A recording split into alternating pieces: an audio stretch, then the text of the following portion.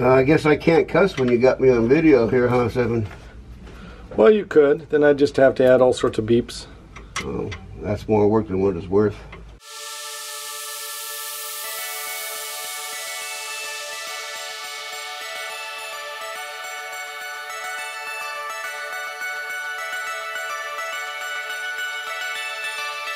Today I'm at Paul's shop in his yard here. He's a friend and a YouTube subscriber, and we're going to pull off the front brake hoses and take them down to a custom place that manufactures hoses, because we weren't able to get parts from Napa, and the parts from Freightliner are almost triple the cost of a hose place that will manufacture custom hoses for us. So we've got to pull off the existing hoses, and then we will be able to get these new hoses made for us. Paul took off one of the brake lines on the passenger side, releasing where it goes in the caliper and a little clip, and then I duplicated the same thing on the other side, so it was really cool to sort of see how the whole thing goes together. And now we're trying to get it, the other end of the hose off of where it connects to the frame. It's sort of way up there off of the frame. So anyway, a little bit difficult to access. I'll try to get the camera in there so you can see what we're looking at. That's where it connects the frame, right back in there. We hit a little bit of a roadblock in getting the line off of the area where it passes through the frame, so the back side of the line. So we've got 2 of the bolts off for each of the lines, and just need this last bolt to come off. And Paul says it's really stuck on there good, and he's afraid to strip it with a normal open-end wrench. So we're headed to Harbor Freight to get a special thing called a line wrench, and I've never seen one of these. So we're gonna hop in his vehicle, drive down there, and then Paul will show me what a line wrench looks like. We've arrived at Harbor Freight, and Paul has a system for collecting his Harbor Freight coupons, and he has a whole file folder, probably with 50 or 60 Harbor Freight ads, all listed by date of expiration. So he's able to use the ones that are expiring today and tomorrow as we're here.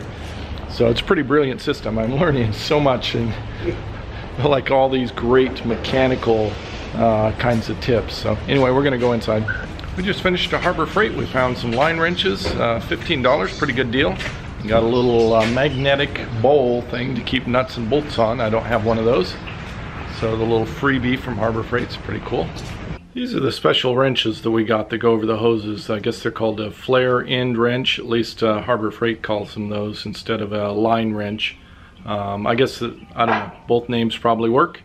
Anyway, we're using a 7/16 to try to get that hose off. That was quite the ordeal, removing the brake lines. One of the lines probably took us an hour and a half, and we could never get it. We stripped out one of the nuts on it, had to go to a vice grip, and it stripped out, and then finally we had to go to a Sawzall and just finally cut off the bolt. So, and this was the section that goes through the frame, so the brake line goes from the side of the wheel up to the frame and then passes through right at some sort of bolt. So anyway, we're headed to the brake hose line place, and they're going to manufacture some new hoses for me. That's actually about $20 cheaper per brake line to get them manufactured custom than to get Freightliner to do it and get the new parts.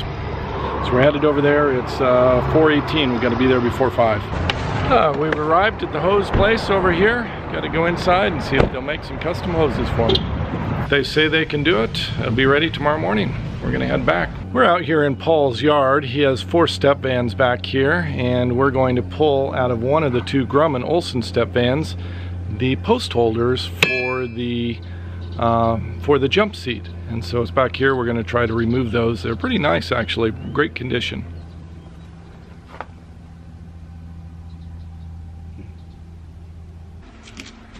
Oh man, we need an extension. Got it. Let me see if this is going to work. Try that there. If not, we got to get an extension. Son of a gun, how many more times are we going to walk across the yard? It's all that cardio that we're getting in. Yeah. Whoa, it's jumping all around. Are you holding it? I'm trying. I'm going to go ahead and lean it up against the rail. Okay, go ahead. Work best for you. Go for it.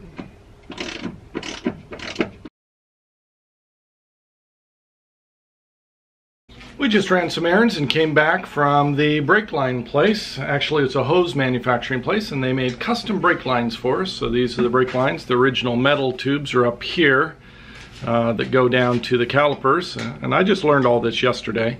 And then this hose portion here, the rubber portion, is completely new. So it actually ended up being less than we expected. We're paying $26 a piece for these, and that was about half the price of Freightliner, and we didn't have to pay for shipping. This part on the end is also new. We cut one of these yesterday with the Sawzall just because we couldn't get it to release.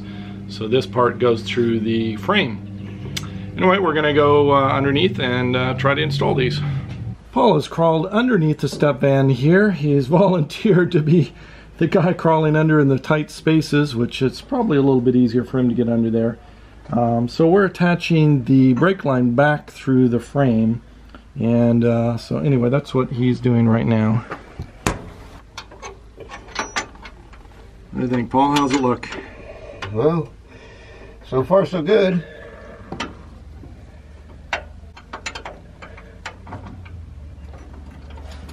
Alright, I got it. I guess I can't cuss when you got me on video here, huh, Seven? Well, you could. Then I'd just have to add all sorts of beeps. Oh, that's more work than what it's worth. That connection went so much easier putting it back together through the frame than taking it off. When we were taking it off, I didn't have the camera going, but it took probably 30-40 minutes, would you say, Paul? At least. At least 40 minutes to get it off, and we finally gave up. We pretty much stripped the nut on the one side. It was just so tight, and we ended up having to take a Sawzall and remove the doghouse inside and go from the top on the inside and go down. By the way, that was on the passenger side that it got stuck, and I had learned something new from Paul, and he said that oftentimes if nuts get stuck under the frame of a vehicle and the undercarriage, it'll usually be on the passenger side instead of the driver's side. And I was baffled at why that is, and he explained that that's because a lot of the splashing and water is coming from like the gutters and the sides of the road and places where there's snow, and usually towards the center, that's the drier area and the area that is the cleanest on the road. So those nuts and bolts on that side, on the driver's side, are going to be easier to remove than those that are exposed to more weather conditions on the passenger side. That was absolutely news to me, new trivia, and my level of knowledge went up just a couple of little notches there. The driver's side is in. We've got it done. Actually, I say we, but what I mean is Paul's doing all the work, and I'm handing him tools and picking his brain and learning how things work. So he is being a fabulous mentor and teaching me, but he's doing 95% of the work here, and I'm extremely grateful for it. And right now he's feeding the hose through the frame. Let me show you what he's doing.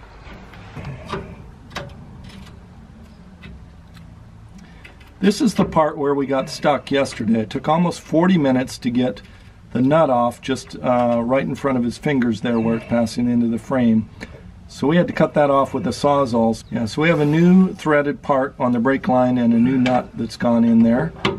And so he's got it all set up, and so all he has to do is tighten it up on the other side, and that part will be done. And then we have to attach it over here on this side, on the back side of the caliper. Well, we're stuck again, exact same place, but this time in reverse, trying to put on that same bolt going through the frame. It's right where the metal tube connects into, I guess, the master cylinder and up into that side. But anyway, it's on the inside of the frame where it passes through. And we just can't get it reconnected to the hose. So we've been at it probably, I don't know, 40 minutes, maybe more than that. And we both tried. I thought I had it threaded on there one time, but no go. So we're just sitting here fiddling, trying to get it to reconnect, but it's quite frustrating. Well, it's about 7:30 at night, and we just barely got the threads through the frame. It was quite an ordeal. Every time we would twist it just a little bit, like a couple of threads, it would just pop off. And it's this metal tube that goes towards the engine compartment on that side of the frame, and just couldn't get it connected. Finally, through a combination of both of us working on it, I got it started, and then Paul was able to continue and get it all threaded out in and tight. So After that, went pretty smooth. We're connecting the caliper right now to the metal hose, I guess. Is that right, Paul? Yeah. Okay, Paul's saying yeah. All right, so we're in the home run, and everybody's waiting on us for dinner, but we're so close to getting done. And Pete just showed up here. He's hanging out with us, giving us moral support. Thanks, Pete. Paul just finished up here. He got the metal line connected directly to the caliper, and then the rubber line going over to the frame. So Paul did an awesome job there, and with a little bit of support and encouragement from us, but pretty much he's the man of the hour. Minute, make it minute. You did a great job. We're going to call it a night. It's about 7:30. People are waiting for us for dinner. That's all I have. Thank you for watching.